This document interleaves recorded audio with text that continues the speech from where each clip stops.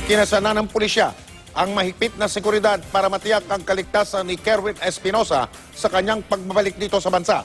Nakaika nga ay full battle gear ang mga pulis na sasalubong sa umano'y big-time drug lord. Ito po't panoorin natin live mula sa Campo Crame ang balita ni Chino Gaston. Chino? Mike, tama ka dyan, no? Kasado na paghahanda ng Philippine National Police para tiyakin ang kaligtasan ni Kerwin Espinosa oras na dumating ito sa bansa. At kabilang sa magbabantay at magtataguyod ng seguridad para kay Espinosa itong ilang tauhan ng Special Response Unit ng Anti-Illegal Drugs Group ng PNP na naka-full battle gear na pupunta mamaya sa paliparan para sunduin ang nakababatang Espinosa. Armado ng malalakas na uri ng armas at naka-bulletproof vest at Kevlar helmet.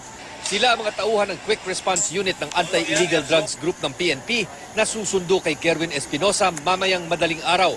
Inabutan namin silang naghahanda ng kanilang mga gamit at nag-i-inspeksyon ng mga baril bago i-deploy pa airport. Hindi na rin basta-basta makakapasok ang mga sibilyan at sasakyan sa Campo Crame matapos ang working hours ngayong araw. Maging ang mga mamamahayag kailangan ng kumuha ng clearance at ipasuri ang mga ID para makapasok. Lahat ito, bahagi ng mas pinahigpit na seguridad bilang paghahanda sa pagdating ng umano'y big-time drug lord ng Eastern Visayas na si Kerwin Espinosa mamayang madaling araw mula sa Abu Dhabi. Sa kabila ng mahigpit na seguridad, wala naman daw na monitor na banta sa seguridad ni Kerwin. Pero magugunitang nitong lang November 5, napatay sa loob mismo ng kulungan ang kanyang ama na si Albuera Mayor Roland Espinosa nang silbihan ng search warrant ng mga tauhan ng CIDG. Bago yan, noong Agosto lang, napatay din ang abogado nilang si Attorney Rogelio Bato sa isang ambush. Setyembre naman, patay ang dating ka-live-in ni Kerwin na si Analu Liaguno sa Cebu City. Sa ngayon, hindi pa malinaw kung may kaugnayan sa droga ang mga naturang pagpatay. He will be immediately brought from the airport to Camp Crame through the secured several routes already prepared by the security team. So there will be primary, alternate, contingency and emergency routes prepared by the security, the one that is in charge for the security. Sa PNP Custodial Center, ikukulong si Espinosa habang pinag-aaralan pa ng DOJ ang posibilidad na gawin itong state witness. Una nang nangako si PNP Chief Ronald De La Rosa na walang mangyayari kay Espinosa habang ito'y nasa kustodiya ng pulis. Mike, matinding operational secrecy ang pinatutupad ng mga tauhan ng PNP AIDG patungkol sa kanilang mga oras ng pagkilos o yung rotang daraanan ng convoy pabalik ng Campo Crame. Ito'y para hadlangan daw ang anumang banta sa buhay ng nakababatang Espinosa.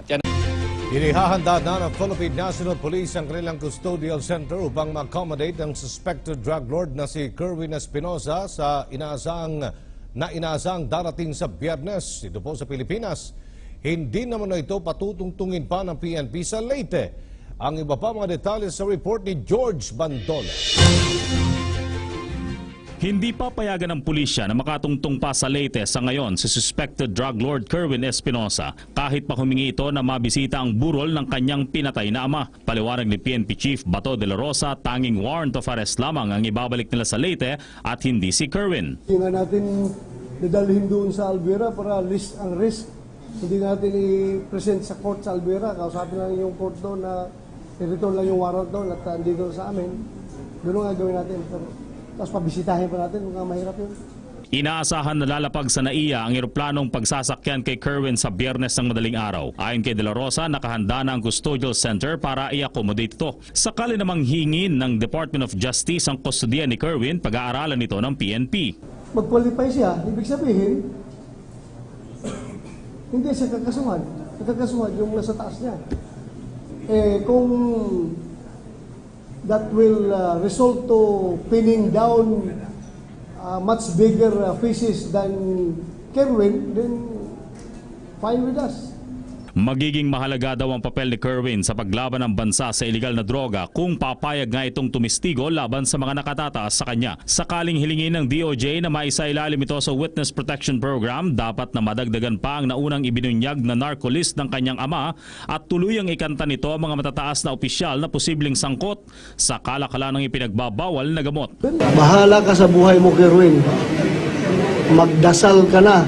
Ubus na nga raw ang pasensya ni PNP Chief Ronald Bato de la Rosa sa lahat na masangkot sa illegal na droga. At dahil nga wala pa rin nangyayari kahit na lumipas na ang isang araw matapos magpahayag na susuko na ang tinaguriang big-time drug lord ng Eastern Visayas na si Kerwin Espinosa, may babala sa kanya ang hepe ng pulisya.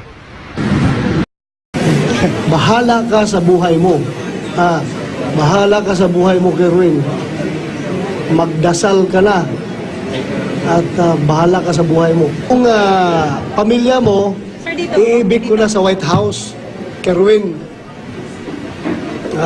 Ayaw lang umalis hanggat hindi ka raw dumating. So, kung hindi ka magdating ngayon, hindi ka pa mag-surrender, then your family will be put in jeopardy. Matagal lang naubos sa pasensya ko. Sa kanya? Sa kanilang lahat. Hindi lang sa kanya, sa kanilang lahat.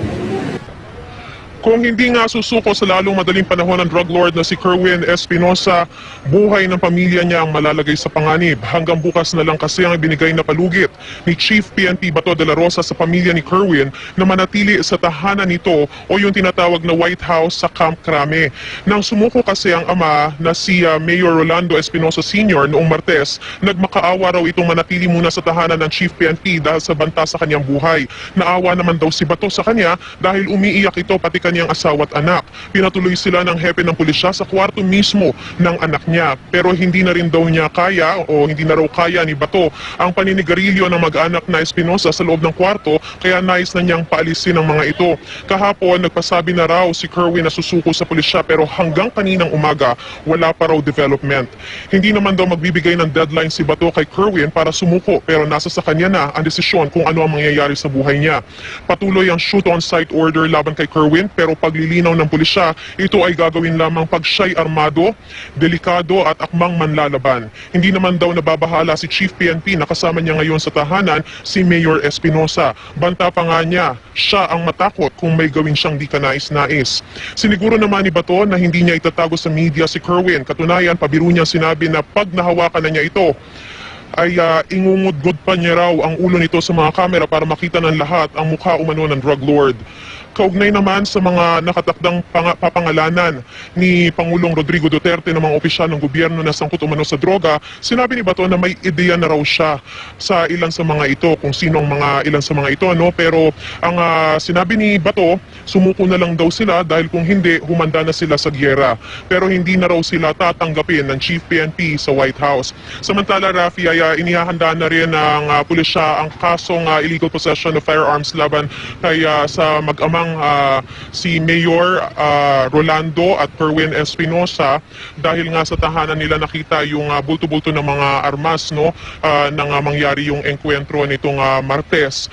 At kabilang dito ay pinag-iisipan na rin yung iba pang mga kaso na maaaring isampa laban sa mag-ama matapos nga isumite ni Mayor Rolando Espinosa Sr. ang kanyang judicial affidavit dito sa CIDG. At yan ang pinakasariwang balita mula rito sa Balita. Mismong si PNP Chief General Bato de la Rosa ang nag-anunsyo kahapon na nagparamdam si Kerwin Espinosa na gusto na niyang sumuko. Si Kerwin ang anak ni Albuera Leyte Mayor Rolando Espinosa Sr. na umunoy drug lord sa Eastern Visayas. Walang binibigay na petsa o oras kung kailan ito gagawin ni Kerwin, pero ang tiyak daw ay kay De La Rosa niya nais sumuko.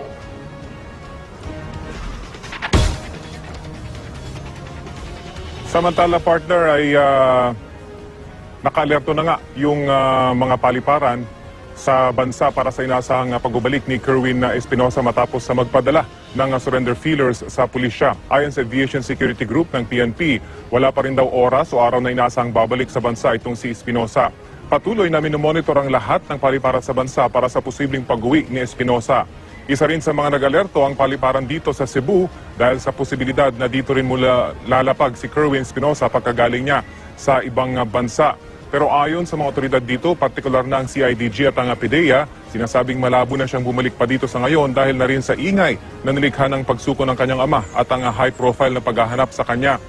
Dito ang ancestral home ng mga Espinosa kung kaya kagabi may mga operasyong isinagawa umano ang CIDG patungkol na rin sa paghahanap kay Kerwin pero nagnegatibo ang kanilang operasyong ito. Samantala nangangamba naman ang para sa kanilang seguridad ng mga kaanak ng pamilya Espinosa ng Albuera, Leyte. Ayon sa isa nilang kaanak dito sa Cebu, may mga namataan daw silang tao na umahaligid sa kanila. Hindi daw nila kilala kung sino ang mga ito.